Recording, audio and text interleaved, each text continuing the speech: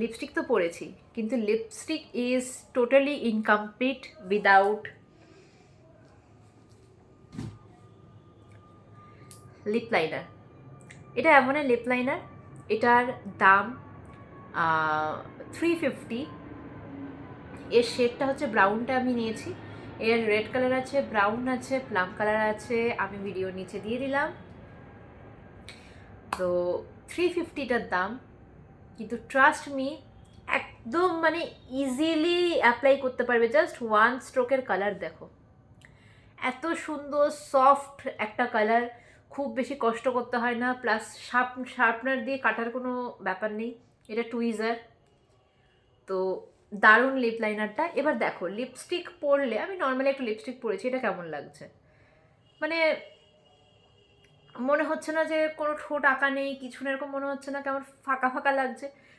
তবে যদি lip লাইনারটা use করি, দেখো লিপ লাইনারটা যদিও বা ফার্স্টে ইউজ করবে, আমি তোমাদেরকে জাস্ট দেখানোর জন্য লিপ লাইনারটা মানে পরে ইউজ করছি, যে লিপ লাইনার ইউজ না করলে কেমন লাগে, এটা ইউজ করলে কেমন লাগে।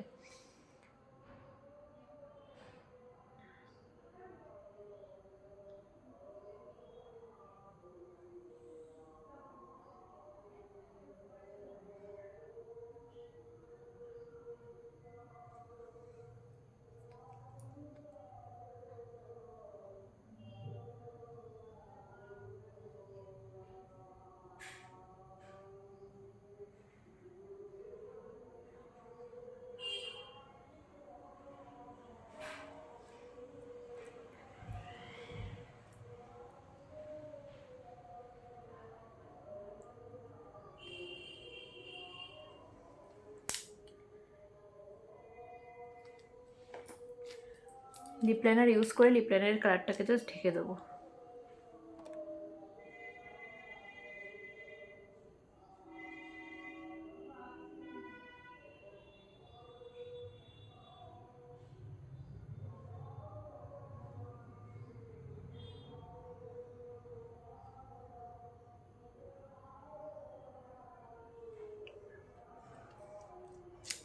দেখো এইবার ঠোঁটটা দেখো কেমন লাগছে, পুরো মনে হচ্ছে না ঠোঁটটা কতটা সুন্দর, একদম প্রমিনেন্ট একটা শেপ। মানে আমি যদি পুরোটা যে সেজে থাকতাম, যদি মেকআপ করে থাকতাম, পুরো মনে হচ্ছে না পুরো প্রমিনেন্ট একটা শেপ ঠোঁটের,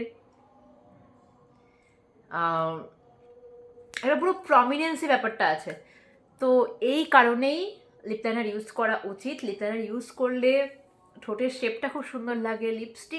লিপস্টিকটা আমরা যে কারণে ইউজ করছি ঠোঁটটাকে এনহ্যান্স করা, তো সেইটা এনহ্যান্স হয়ে আসে, লিপস্টিকের কালারটা এনহ্যান্স হয়।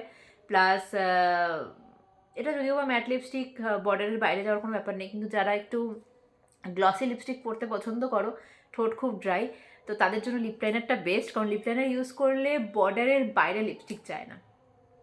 তো আজকের টিপসটা কেমন লাগলো অবশ্যই জানিও। টাটা।